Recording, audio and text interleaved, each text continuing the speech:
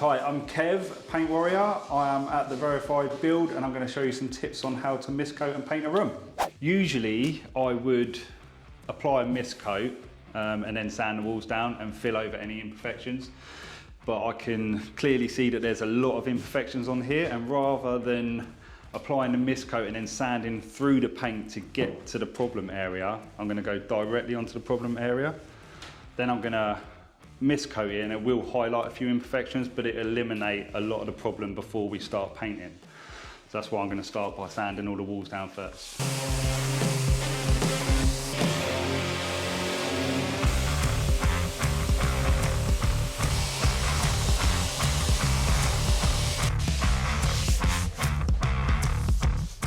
don't know if you can see them lumps on the camera, but once we go up and down it, it'll just smooth it out. I reckon we should get a mist coat on and then see where the problems are after that, yeah? What does that mean when you say see where the problems are after that? So it'll show some...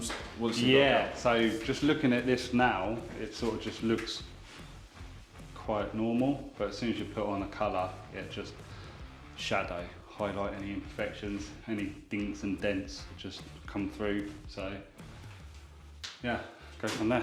Is there a specific type of paint you would do a mist coat with? Is that just what an undercoat is, or?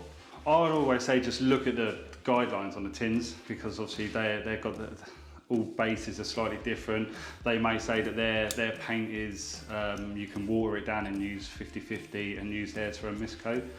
Anything other than that, like a latex paint or acrylic, sometimes they might recommend putting something else on first. So for what it's worth, just read their guidelines, don't assume. And I guess the guidelines are there for a reason, right? Like... Exactly, yeah, you know, they've made it, they've designed it a specific way, and they're testing it on these kind of surfaces. So you can go straight on with a contract mat if you're going to finish in it with like a vinyl mat, but people tend to do that to save a little bit of money, because vinyl mat's slightly more expensive, but you can use vinyl mat to mist coat. So yeah, so many ways of doing it, but just for what it's worth, see what the tin says. Simple as that. Okay, see what the tin says.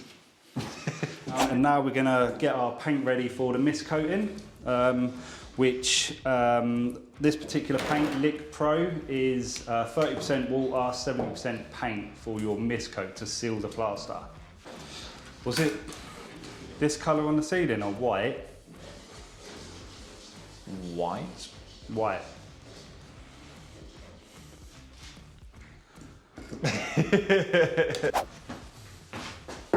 We're mist coating with the same paint as what we're finishing in. So rather than mixing up two batches, I'm just going to use the ceiling paint on the ceiling, bring it down to the walls, finish the ceiling, and then we'll apply our colour afterwards. Does that impact the end result? Can that impact the colour itself then, the finish? No, not at all.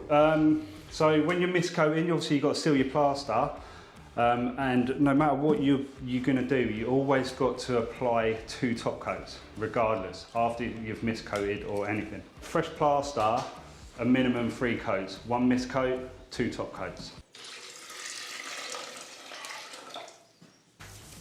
Usually I'd have a whisk, but I don't really want to go back down to the van again. So I'm just going to use this old bit of tile trim. And is that a brand new brush that you've got? That's a brand new brush. Do you always have a new brush on a new project, or? I do, because this is my own brand of brushes, so I've got plenty of them. But yeah, no, I do like a fresh brush.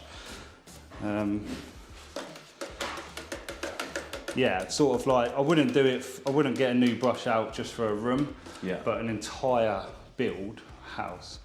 Yeah, I like to start with new rollers, new brushes. How long would a set of brushes normally last then? If you look after them, easily 6 months to a year. Takes a couple of loads to fully load your roller. With the mist coat, I'll go as tight as I can to the perimeter, and then I'll just work backwards and join it up, rather than trying to get as close as I can that way. If I can get it tight like that, because there's no arm coming out of here. So now I've sort of done both edges, I can just join them up like that. I always work backwards as well, so you don't get covered in paint, spraying it, fall in front of you, so you just always work backwards with it. Does it have to be perfect? No, not at all. This is why I've gone as tight as I can in areas. So when I'm just going to go around and just join it up. People that are sort of doing it themselves at home might just brush it like that on the wall, all the way around the wall, and then they're going to do the ceiling like that as well. And you can just sort of imagine how much time that takes. Yeah. So with the mist coat, I roll it as tight as possible, and then I just go around joining it up. I'm really not too worried about how this looks now, because I will sand it all down again and fill it and get, you know, try work on the corners and stuff like that. So it's not going to look the prettiest, but most importantly, it's sealed.